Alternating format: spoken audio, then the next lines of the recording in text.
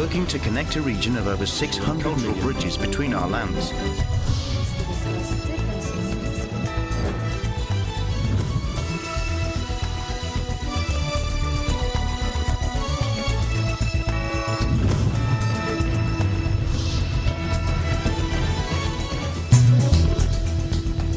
Good evening, I'm Alma Angeles. You're watching ASEAN in Focus on tonight's headlines. Thousands of villagers living near Indonesia's Mount Semeru were racing for refuge to the wail of emergency sirens.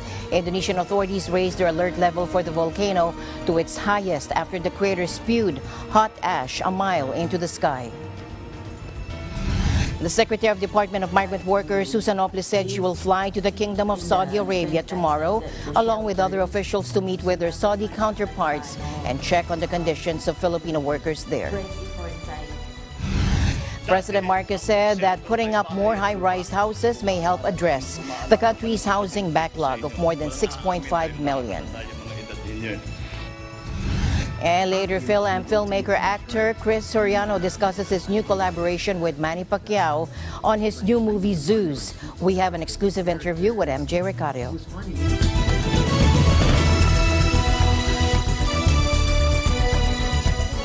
Thousands of villagers living near Indonesia's Mount Semeru were racing for refuge on Sunday to the wail of emergency sirens. Indonesian authorities raised their alert level for the volcano to its highest after the crater spewed hot ash a mile into the sky. It only came a year after the volcano last erupted, killing at least 51 people and laying waste to homes. Take a look.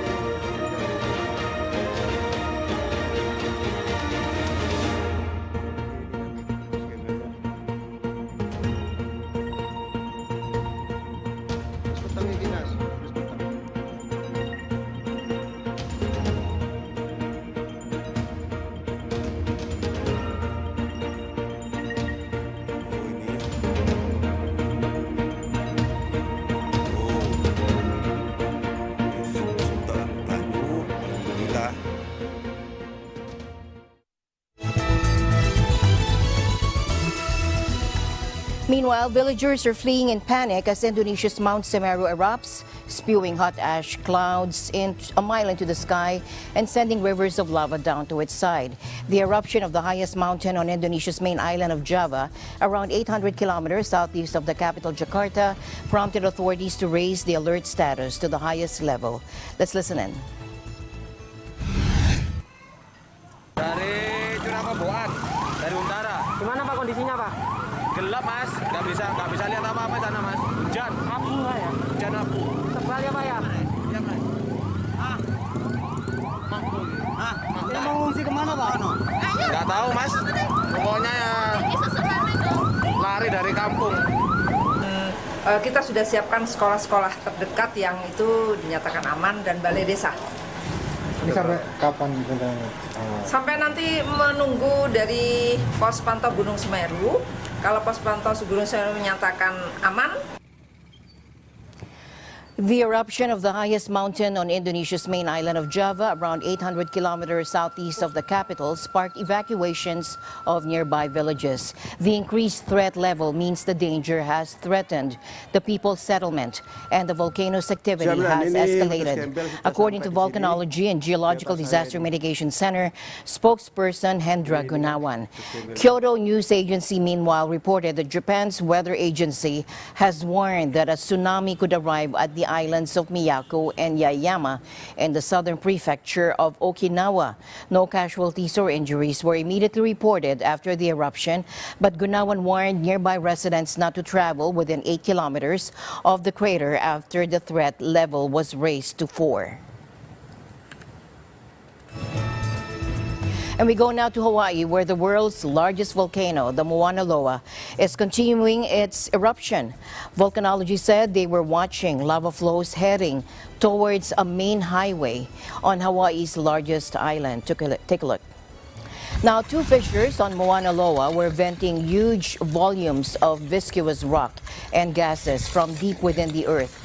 The Northeast Rift Zone eruption of Mauna Loa continues with two active fissures feeding lava flows downslope, according to the United States Geological Survey. The molten rock was traveling at around 130 feet per hour and was still a few miles from the road. At the rate observed over the past 24 hours, the earliest the lava flow might be expected to reach the Daniel K. Inouye Highway or Saddle Road is 1 week. But the agency warned volcanoes can be unpredictable and these calculations could be changed. The other fissure, still producing lava, is sending it northeast, while plumes of volcanic gas were lofting high into the air and Pellis hair was falling to earth. Pellis hair is fine strands of volcanic gas formed when lava skins cool quickly in the air, and they are fine strands of volcanic glass. They quickly cool into the air, and scientists say their seismic monitoring equipment was detecting a large number of earthquakes around the two active fissures as well. Fountains of lava as high as 200 feet. 200 feet have been observed this week, lighting up the night sky in a spectacle that could be seen from Kona, and that is a town 45 miles away. The largest volcano on Earth by volume, Mauna Loa, whose name means Long Mountain, is larger than the rest of the Hawaiian Islands combined. One of the 6 active volcanoes on the Hawaiian Islands, Mauna Loa, has erupted 33 times since 1843. Its most recent eruption in 1984 lasted 22 days. The Secretary of Department of Migrant Workers, Susan Ople, said she will fly to the Kingdom of Saudi Arabia tomorrow, along with other officials, to meet with their Saudi counterparts and check on the conditions of Filipino workers there. She said she will be visiting the Philippine Embassy shelters for distressed Filipino workers there to check their conditions. Now, let's listen in. Plan to spend time talaga in the shelters. Gusto namin malaman paano yung 24 cycle ng isang OFW na nakatira sa shelters natin sa Riyadh, Al-Khobar at sa Jeddah. Ano yung menu? Ano yung pagkain ng ating mga kababayan dun sa shelter? Pag dumadami ba, pinagkakasya na lang imbis na humingi ng dagdag na pera? Ang ano namin is dapat humane, dapat dignified yung ating mga embassy shelters. So yun naman ang magiging focus ng visit ko, and that also to touch base with our stakeholders, including the Saudi foreign recruitment agencies. Now, she will also go there to arrange the settlement of wages of some 10,000 OFWs who were displaced in 2015 and 2016, visit the embassy shelters, and look at potential job opportunities for our OFWs. In October, Ms. Ople headed a delegation of officials from the DMW and the Department of Foreign Affairs for a dialogue with the KSA counterparts to thresh out the problem of deployment. The two countries agreed to create a technical working group to monitor the labor reform, implementation, and to work together when resolving concerns of workers, create blacklist and whitelist of recruitment agencies and employers in both countries, and revise the standard of employment contract of OFW in accordance with the Saudi labor reform initiatives, among others. In other news, the Bureau of Customs Davao officials recently met with its international counterparts in the Brunei Darussalam, Indonesia, Malaysia, Philippines, East ASEAN Growth Area or BIMPIAGA to enhance the international trade facilitation and border security efforts. The BIMPIAGA meetings held on November 23 to the 26th on Pontianak, Indonesia, explored the conduct of a time-release study As part of the priority projects, the data from a TRS can help the Port of Davao improve its processes to comply with President Marcos Jr.'s policy of improving bureaucratic efficiency. Members also discussed plans for training on intercepting contraband and drugs for the customs officers of the four countries. A virtual launch of an international network to counter drug trafficking and illicit goods trading are also in the works. The Port of Davao's participation in these projects equips its personnel with better tools and knowledge to intercept contraband, helping the Bureau fulfill Commissioner Yogi Filemon Ruiz's policy on zero tolerance for smuggling and illegal drugs. In a recent 2022 TRS conducted by the Port of Davao, the typical clearance time at the KTC container terminal was shorter by 23% at 2 days, 31 minutes, 34 seconds compared to the 2020 Port of Davao average. In the 2020 BOC study, the clearance of cargoes at the Port of Davao averaged 2 days, 15 hours, and 37 minutes. And tonight's other news, the Politburo issued a resolution setting a goal that tasks Hanoi to lead the country in digitalization and to become the economic hub of Southeast Asia by 2030. At the meeting chaired by Party General Secretary Nguyen Putrong, the Politburo reviewed the implementation of development goals in the 2010 to 2020 period and set new goals for 2030 with a vision to 2045. Under the newly approved resolution, it tapped Ho Chi Minh City to become a modern city by 2030, leading the country in digitalization and an economic, financial, trade, science and technology and culture hub of Southeast Asia in 8 years. It'll become an economic, financial and service hub of Asia, a global destination and among major cities in the world. It also aimed to achieve rapid and sustainable economic development, improving productivity and international competitiveness while strengthening linkages for regional development. Also, Ho Chi Minh City is expected to accelerate programs related to the construction of infrastructure and improve the quality of planning while ensuring sustainable development and adaptation to climate change. In other news, Asian stocks rose and the dollar weakened further as traders welcome more easing of strict COVID containment measures in China that have hammered the world's #2 economy. The World Health Organization has earlier cheered China's loosening of its zero COVID policy. Let's listen in. We're pleased to learn that the Chinese authorities are adjusting their current strategies and really trying to calibrate now the control measures that they need for this virus again with the lives, the livelihoods, and the human rights of people in communities who've, like all over the world, everyone has suffered. We've all had to deal with restrictions of movement. We've all had to deal with having our lives changed. So there are natural frustrations, there are natural issues with that. It's really important that governments listen to their people.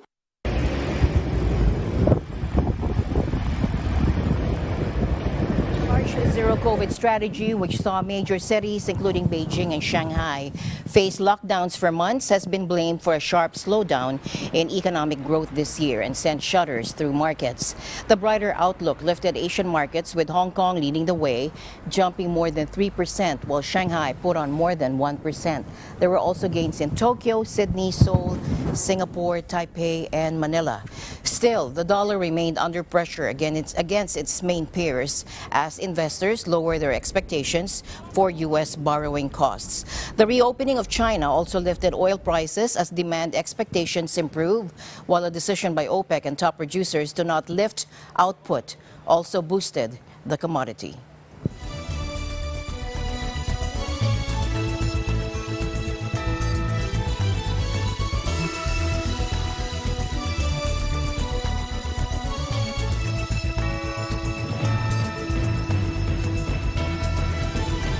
The Myanmar junta handed out at least 7 more death sentences this week, taking the tally of those on death row to 139, according to the United Nations. Take a look. Volker Turk, the High Commissioner for Human Rights, today expressed shock that more than 130 people have now been sentenced to death by military courts behind closed doors in Myanmar, and that's since the launch of the coup last year. At least 7 university students were sentenced to death by a military court on November 30th. There are reports of as many as 4 additional death sentences being issued against youth activists. The UN Human Rights Office is seeking clarification of this information. Mr. Turk said by resorting to use death sentences as a political tool to crush opposition, the military confirms its disdain for the efforts by ASEAN and the international community at large to end violence and create the conditions for a political dialogue to lead Myanmar out of a human rights crisis created by the military. A junta spokesperson didn't respond to calls from outside Myanmar seeking confirmation of the latest death sentences. The UN accused it of using capital punishment as a tool to crush opposition. Citing the Dagon University Students' Union, the report stated that the 7 were arrested in April for alleged involvement in the killing of So Mo Win, a former military officer who managed a branch of the state-owned and hence junta-linked Global Treasure Bank, who was shot dead that month in South Dagon Township. The exact charges were not specified in the report. The Association of Southeast Asian Nations, which has spearheaded so far fruitless efforts to restore peace to Myanmar, warned the junta in August against carrying out further executions. Close to 2,280 civilians have been killed and 11,637 are still detained as part of the military junta's campaign to stamp out dissent, according to a local monitoring group.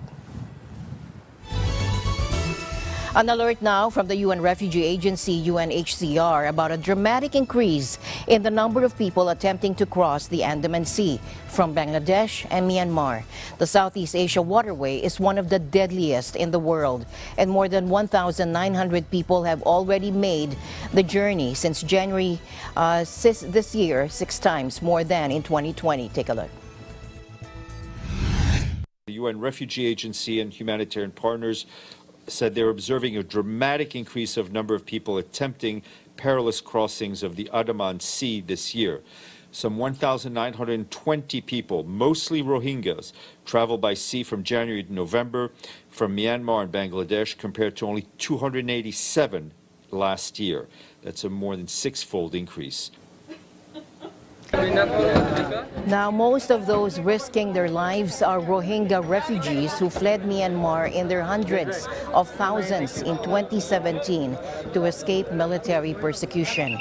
In an appeal for help from governments in the region, the UNHCR said that the most recent arrivals included more than 200 people in North Aceh, Indonesia, where the authorities allowed them to disembark and provided shelter.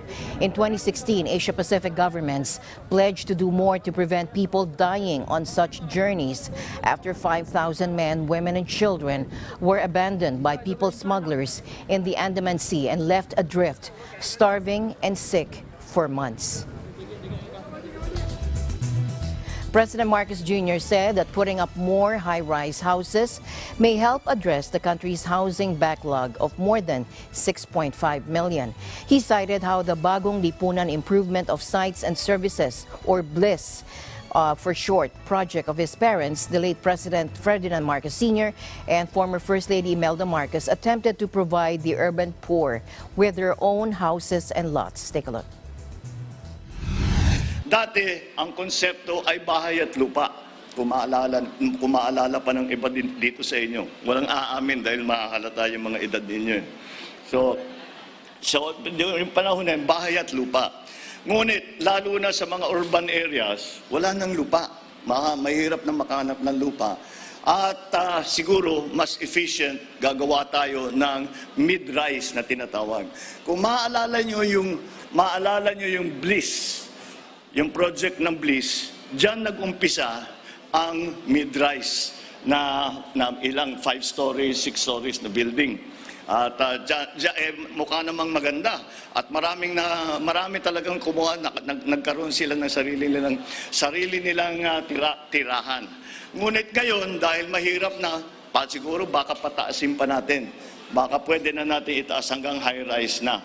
Ngunit pinag-aaralan natin to, siguro case to case ito. Ngunit ang importante rito ay kaya ang tawag ay hindi Department of Housing. Ang tawag ay Department of Human Settlements dahil ang bawat na itatayo ay hindi lamang bahay ang itatayo, kung hindi titiyakin na malapit sa trabaho. The travel time mula sa bahay hanggang sa trabaho ay hindi dapat lalampas ng 1 oras. Dapat may malapit na eskwelahan para sa mga bata. Dapat may malapit na palengke o maliit na mall na para makapagbili ng mga pangangailangan ng mga pamilya. Lahat ito ay pinagsasabay-sabay. Kaya human settlements ang mga tinatayo natin.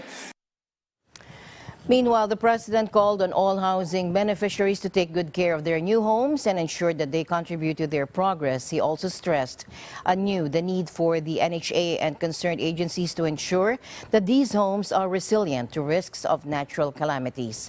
He also reassured the public that his administration would continue working until every Filipino will have a place they call home.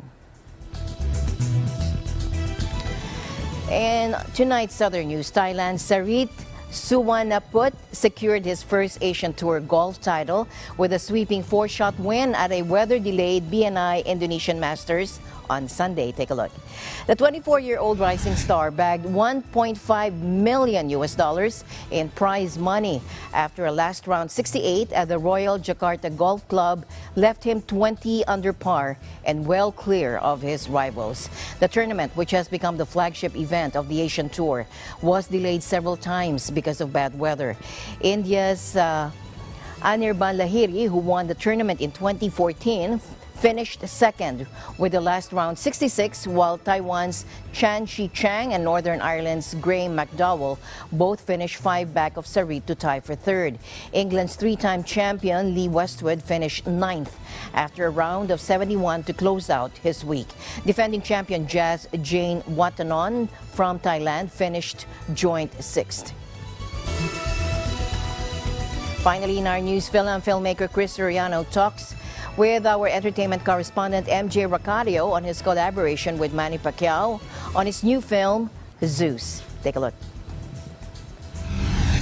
Legendary boxing superstar Manny Pacquiao helped Hollywood film actor, director Chris Soriano making his directorial debut with his film Almighty Zeus. Take a look. How was it like working with legendary Manny Pacquiao? Oh, it was great. You know, it was like it was like talking to my cousin or a friend, because to see a very successful Filipino out there and go to his house in LA, the smell of the food, it's like my house. I'm there, I'm enjoying, and getting greeted and hearing Tagalog. You never really see that. When I think rich and successful, you don't think Tagalog or anything. You just think business people, this. Yes. So no, you said you talk about during pandemic and there's like Asian hate and all of that. So that's the time that you conceptualized Almighty Zeus? Yes, I wrote it in several days, less than a week, and it really I didn't know what was going to happen. It was my first time actually creating a full end-to-end story. You just keep going, and if no one's going to stop you, you'll go until you finish, right? And I was able to finish that, but I need to find the right people to portray these characters. And it was funny meeting these people, because some of these actors were like, well, how many movies have you directed before? And I'm like, 0. I'm like, oh, okay, and you want me in your movie? I said, yes. And it's like, well, okay. So there's always awkward pauses. And for me, a good example is I didn't know how I was going to make this film, Almighty Zeus, but I found a lot of filmmakers and people that were unemployed at the time because of the pandemic. And I said, let's work together, because if we don't do something in this pandemic, with nothing at the end of it. What's going on in your life, Anak? You want to know why they call him Sniper? Because when he shoot, he don't miss home. Just training for my next fight. You're still boxing? You're too old for that, Sus. That's just a dream. What's this? prize money minus fees. How much was the fees? Well, you need to wake up. You're not getting any younger.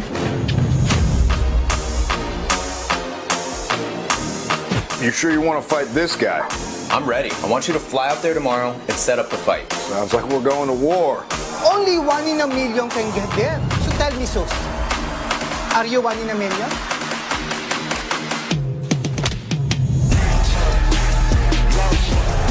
Know where you at? Looks like you need some hand sanitizer. Just get out of here, man. Huh? What are you messing with an old man for? What, you want some too? What do you ever do to you? This.